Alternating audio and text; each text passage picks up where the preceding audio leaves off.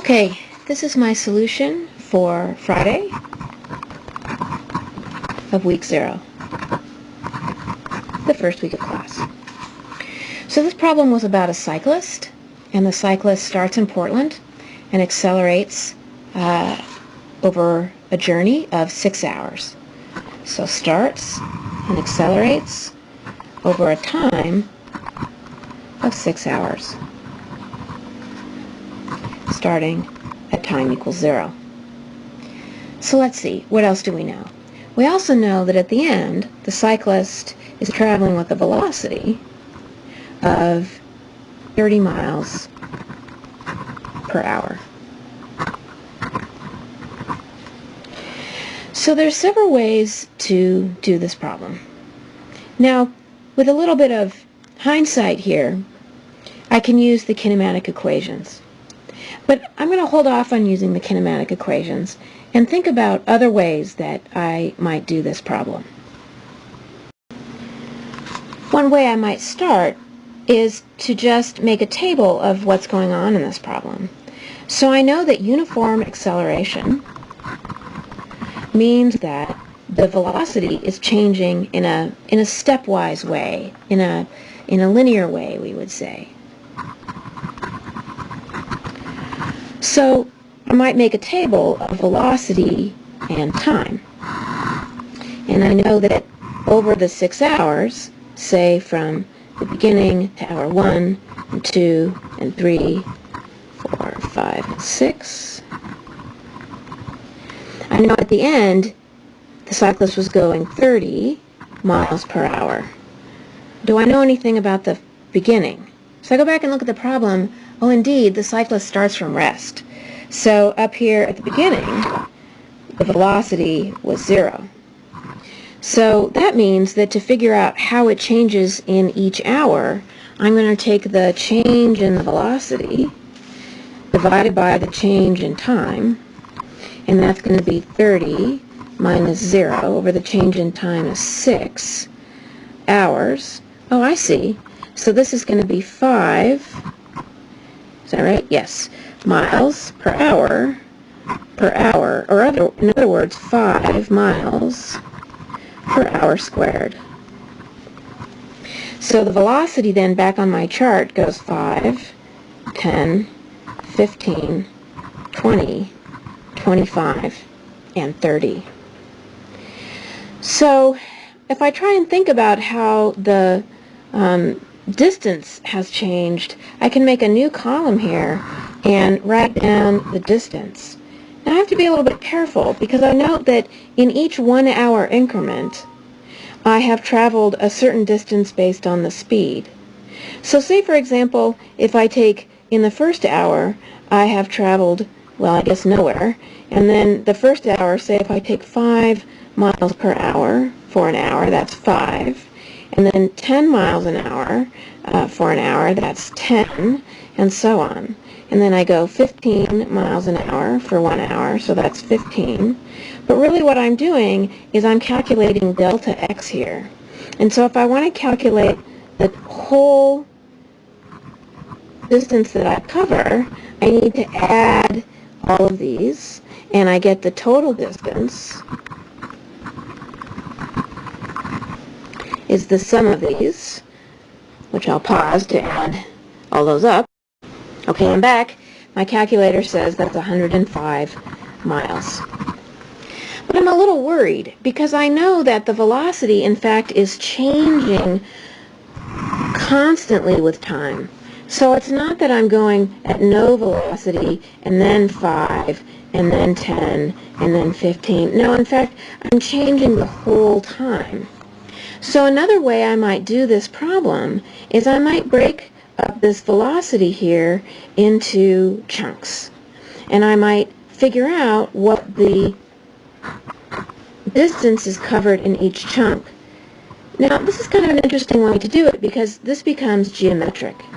So in this first hour here, I have covered, well, let's see, if velocity is change in distance over change in time, then that means that the change in distance is velocity times the change in time. But really what that means is that the area under this curve is the distance that I've covered. So this is just the area of a triangle.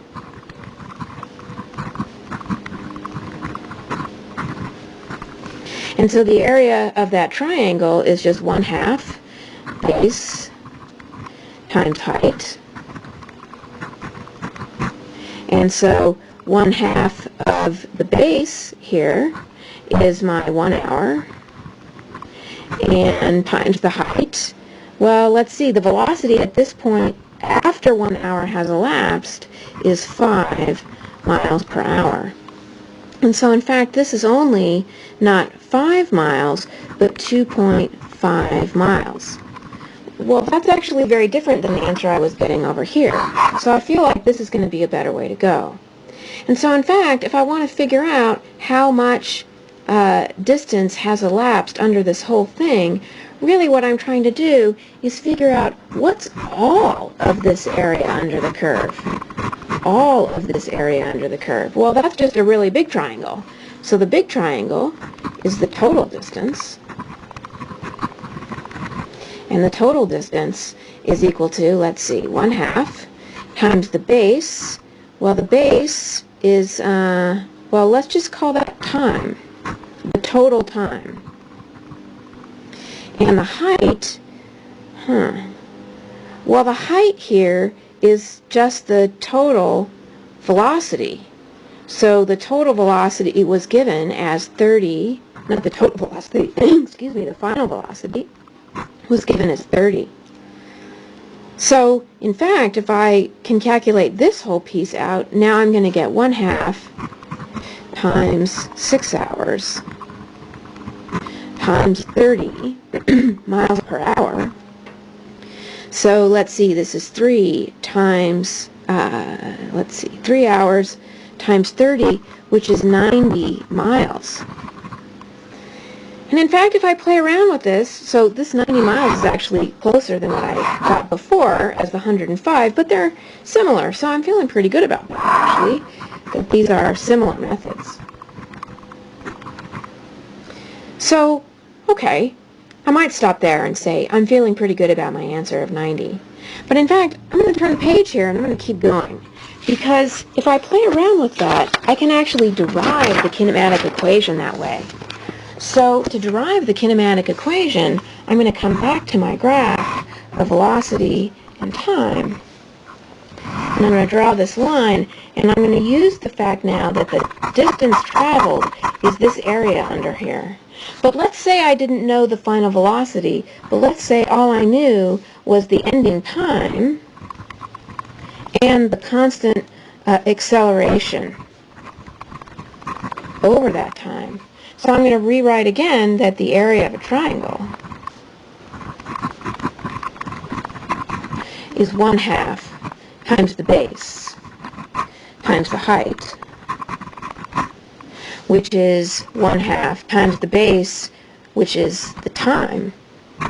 And now the height, well, if I only know the acceleration, then I know that the final velocity is equal to the initial velocity plus the acceleration times time. And so what that means is that the height of this thing now, if I start from 0 velocity, is in fact just going to be the acceleration times the time. So that's the height of the triangle.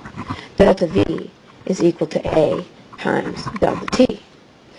So if I just simplify this, I get that the distance that is traveled is 1/2 times the acceleration times the time squared. In fact, what I have now is in fact the kinematic equation. So this is actually a derivation with geometry of the kinematic equation. If I take into account some original velocity, right? If I had an original velocity, I would have to add in an extra velocity chunk down here, and that extra velocity piece over time would be just that initial velocity times time. So in fact, this now is the whole kinematic equation. So just to show you how this works, this is that the final position is the initial position plus the initial velocity, and we took both of those to be 0, but just to show you how this works, plus 1/2 times the acceleration times the time squared. And so if all I knew was 1/2 times 5 miles per hour, we found that was the acceleration, times the time squared, which is the 6 hours squared, then this is 1/2 times 5 times 36. And sure enough, I get the same answer. That, let's see, 1/2 of 36 is 18, times 5 is 90 miles. So, yet another way of showing that the total distance is 90.